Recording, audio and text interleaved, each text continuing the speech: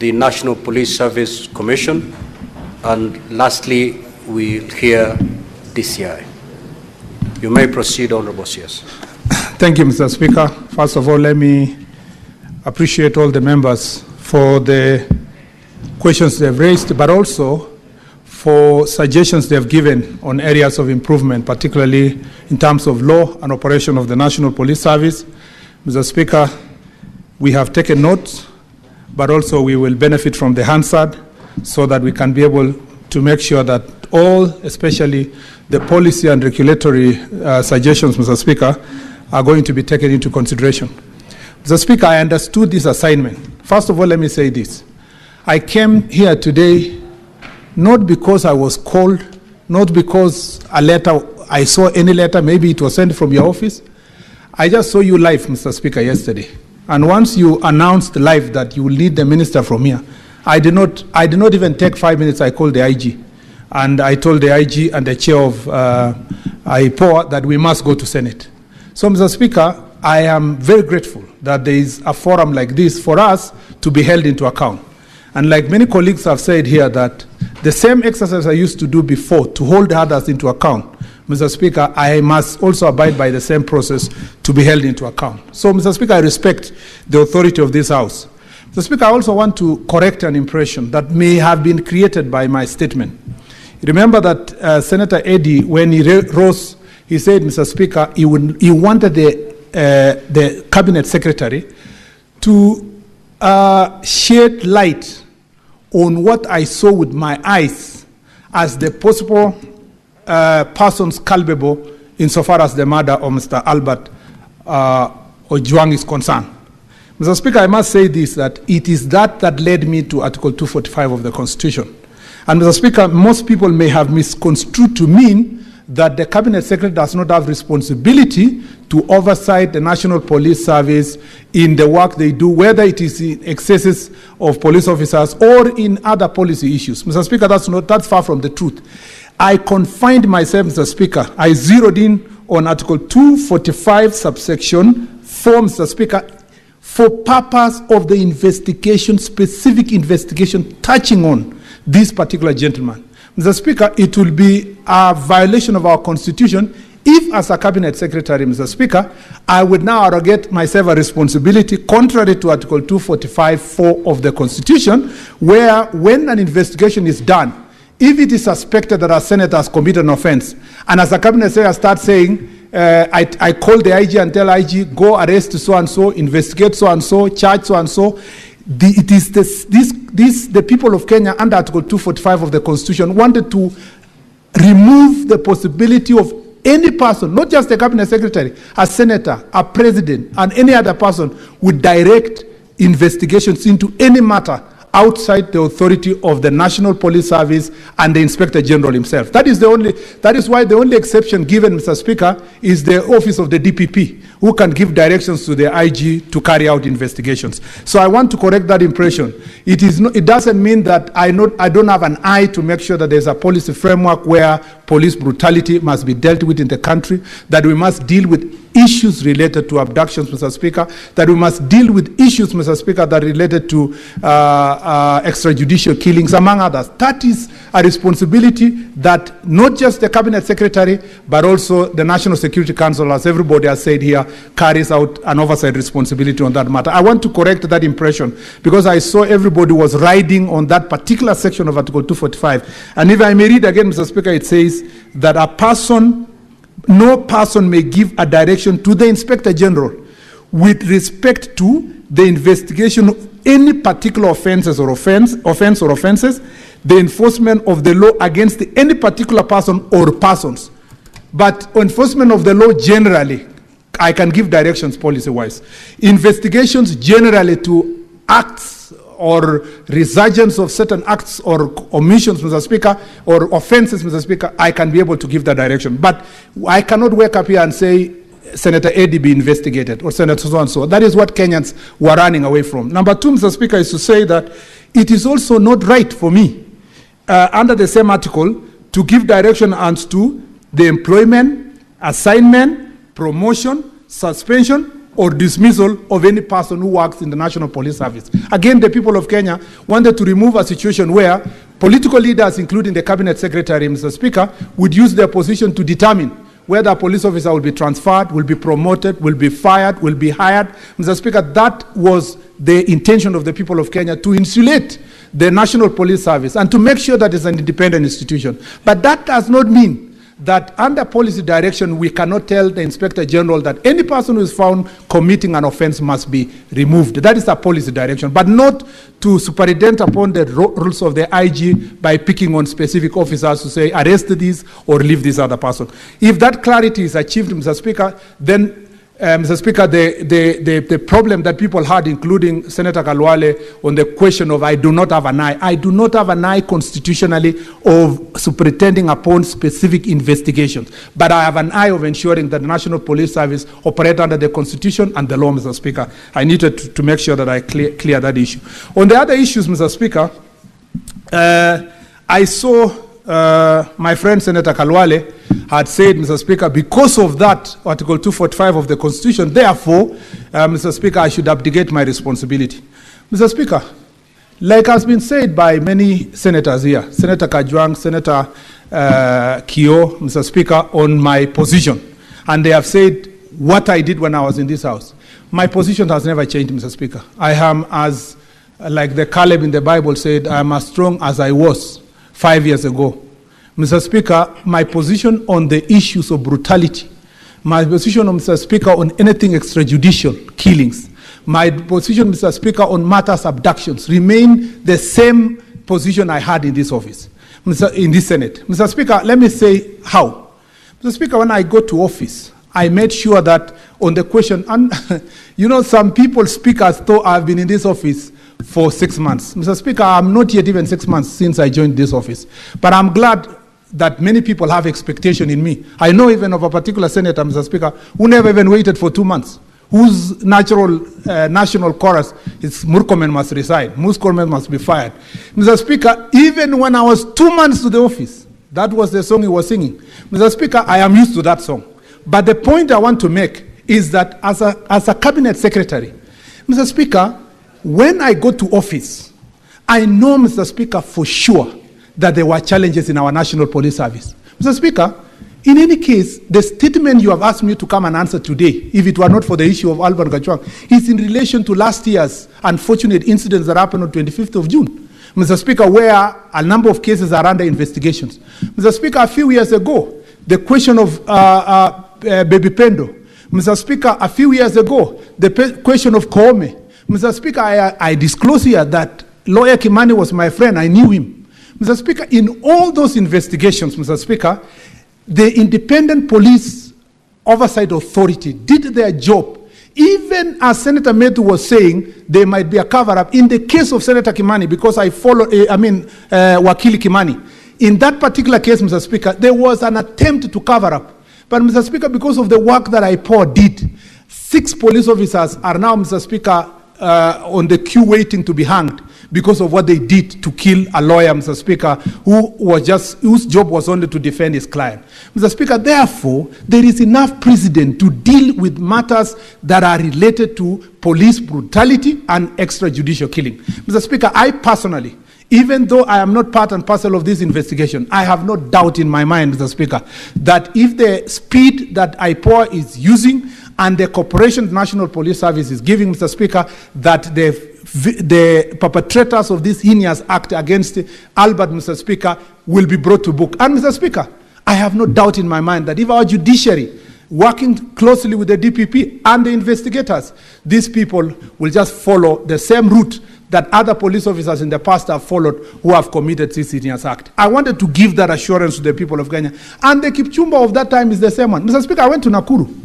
Brian Odhiambo, his mother confronted me because Brian Odhiambo was kidnapped and taken to, I think it was National Park. Mr. Speaker, the investigations have stopped.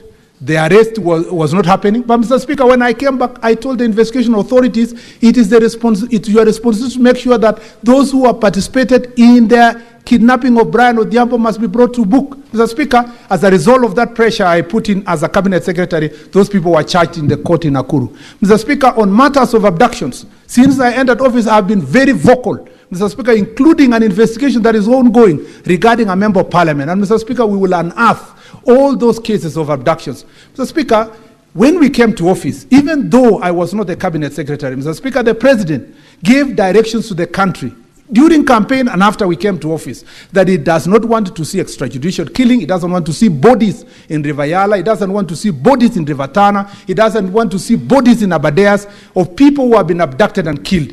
Mr. Speaker, we may not have exterminated completely these criminals who are doing these acts, but Mr. Speaker, I can tell you there is no systematic or planned such acts in government. And Mr. Speaker, there is not by accident that as this administration came to office, there are no bodies that are found in River Yala or River Tana, Mr. Speaker. Why? Because we took a stand position, Mr. Speaker, and will continue in that direction. And Mr. Speaker, I am glad that now we enjoy this level of democracy and freedom to speak.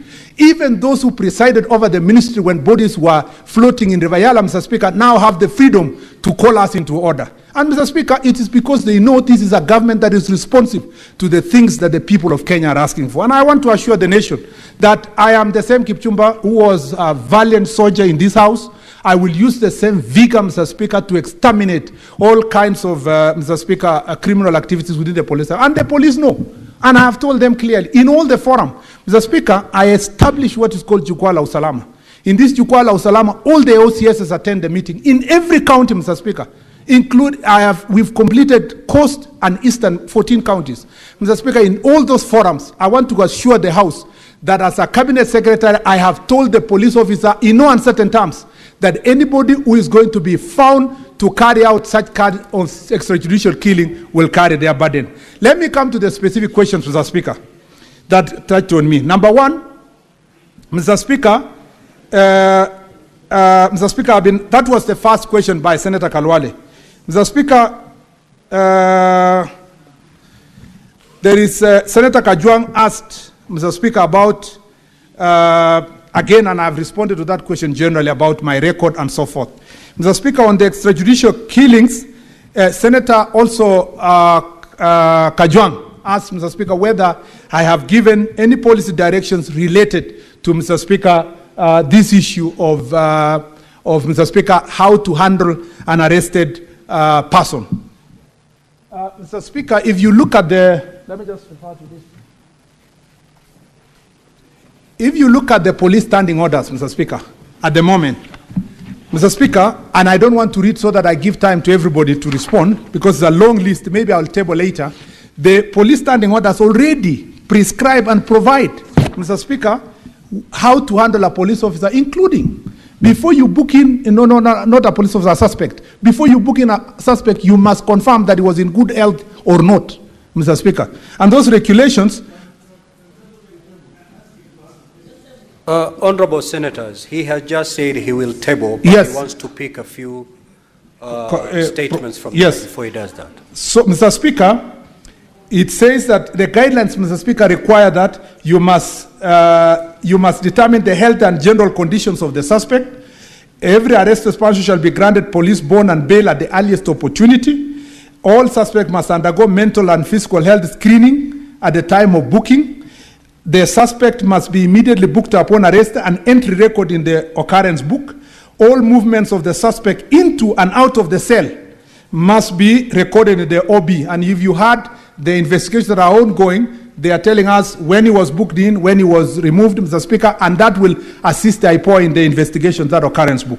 Mr. Speaker, police cells must not be overcrowded. Space per detainee must conform to minimum standards.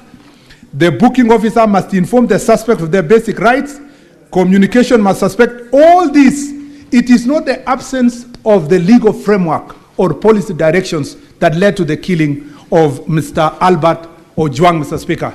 It is blatant disregard of the law and the Constitution. And that's why we are not coming here to give excuses that it is in the absence of a policy direction from the ministry. No, Mr. Speaker, it is just blatant disregard. If you see how that gentleman was beaten, Mr. Speaker, the person who did it is an animal.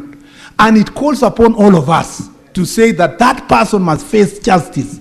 and it at the shortest time possible, Mr. Speaker. And therefore, there is absolutely no reason on my side, Mr. Speaker, to try to hide anything, Mr. Speaker, because that investigations, as I said earlier, covering other previous police officers have led to them being held into account.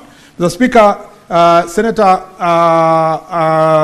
Mungatana asked the question of training of police officers on the questions of human rights. I must confirm here that there has been progressive growth in terms of training of police officers. However, Mr. Speaker, the truth is that because of lack of resources, Mr. Speaker, our police officers, last training they have is the day they were recruited, Mr. Speaker. Only those in the higher cadre, Mr. Speaker, and all who sometimes get to go to promotion get to be trained, but a large number of our police officers do not get to go through this promotion. And therefore, one of the things that the National Police Service has been pushing, and we will push with them, and I will help them push this issue, is to make sure that budgetary allocation is provided, Mr. Speaker, to ensure that the police get money to continuous training and updating their knowledge on human rights. Mr. Speaker, it's also expected that when you punish perpetrators like this, Mr. Speaker, it was always expected that we would send a message to others. But like any other society, when you have a force of 120,000 police officers, you will find a small number of them, Mr. Speaker, violating the Constitution and the law. Mr. Speaker, Senator Mogeni, I suspect I've answered this question, whether I had any responsibility, supervisory responsibility as part of the Security Council, and I said yes. Mr. Speaker, the only answer I gave that I didn't have an eye on, and I am not supposed to do, is to meddle on specific investigation. If I do so, it will reach a stage where our cabinet secretary will be picking people politically on who's to be charged and who's not be charged, and that is what the Constitution tried to remove from us. Mr. Speaker, on the question of Senator Wambua, I think generally I've also answered by the statement I made, except to add that, Mr. Speaker, I want to assure my friend Senator Wambua that I did demand answers from the Inspector General of Police. The only difference is that because I'm a cabinet secretary, I cannot demand in public. I cannot call a press conference to demand speedy investigation from the Inspector General or to request him to make sure that the people of Kenya get answers in good time. It is because we work together. I can give him a call and to tell him to speed up the process. And I think if you think that this is an issue that was reported on Sunday, and Mr. Speaker, today is Tuesday, the speed, Mr. Speaker, is commendable. And I believe that if the IPOA can move in the same speed, it should be in few days, and I don't want to commit myself because they are independent. They should commit themselves to, in the shortest time possible, to make sure that that file is taken to the DPP office. I also agree with the sentiments from Senator Veronica Maina, Mr. Speaker, on the human rights, on the reform program, that it must continue. There is a team that is currently constituted in the ministry that is working on the reform program. I have also asked a team, my own team in my own office, to look at all the legislation on issues of abductions and extrajudicial killing, if there are also areas that we need to close the gap to make sure that at least internally from our police force, there is no possibility of any person involving themselves in that issue. And Mr. Speaker, if I get areas where it needs legislative reform, I will come back to this House for support. Mr. Speaker, I agree with her that in one way or another we must support Albert's family, and I hope that those who will be found culpable also will be held into account, Mr. Speaker, over and above us just supporting from as government, and also all of us who are sitting here, perhaps from our own calling and generosity. Mr. Speaker, there was also a suggestion from Senator Dulo that we may need to look at the use of the computer misuse law. Mr. Speaker, we were here, we debated this law, there were issues, it went to High Court, it went to Court of Appeal, where it is at the moment. Mr. Speaker, some of those issues, we can relook at them. Mr. Speaker, even the team that I've constituted in my office, I've told them to look at all the decisions of the courts, including Justice Ogola's rules, among others, Mr. Speaker, on how to handle a suspect, so that then we can see if we are getting the standing orders or we are coming up with new regulations that will make sure that our police service is a bit, Mr. Speaker, up to date. Mr. Speaker, I know that I have been asked whether I should run away from this responsibility.